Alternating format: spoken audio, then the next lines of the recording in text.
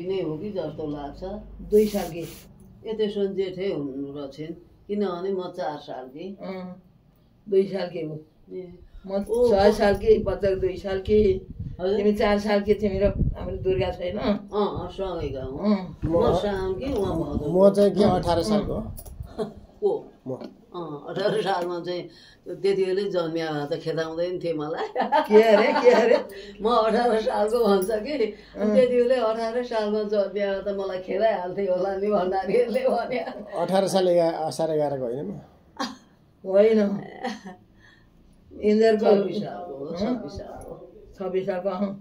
हाम्रो सुभाषसँगको जस्तो लाग्छ मलाई अनि 26 साल जेठ कति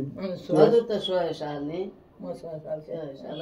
देवी नानी त 100 सालकै हो नि त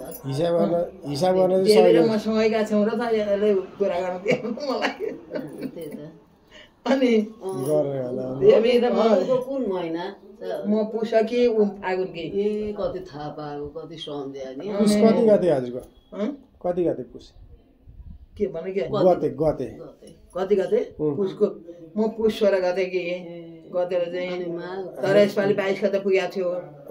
बुवाको 21 गते थियो बर्थडे बुवाको मेरो अघिल्लो दिन भोलिपल्ट परेको थियो अनि त्यहाँबाट उसको के अरे यो गतेले चाहिँ 16 गते के अरे म अब आमा मरिहाल्नु बालखेमा कसले भन्ने हौ मलाई माइलीले भने मात्र मेरो फुप हुनुहुन्थ्यो ए माइली हुनुहुन्थ्यो म सम्झिन्छु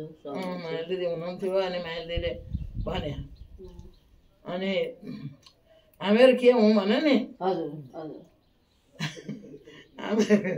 जेठाकी नातिनी उसको आमा कान्छाकी नातिनी म हाम्रो नाति नातिनी मात्रै माइलाको नाति नातिना ती छेत्री मास्त्रीका हाम्रो घरदेखि बाबु घरदेखि म हेर्न गएँ त त्यो मोहनलाई खस्नु भयो कति खुसी हुनु हो अनि अब हेर्न गइरहेको थिएँ पोहोर कहाँ गएका कि ऊ माइलाको नाति हामी कान्छाका नाति नातिना अनि आमा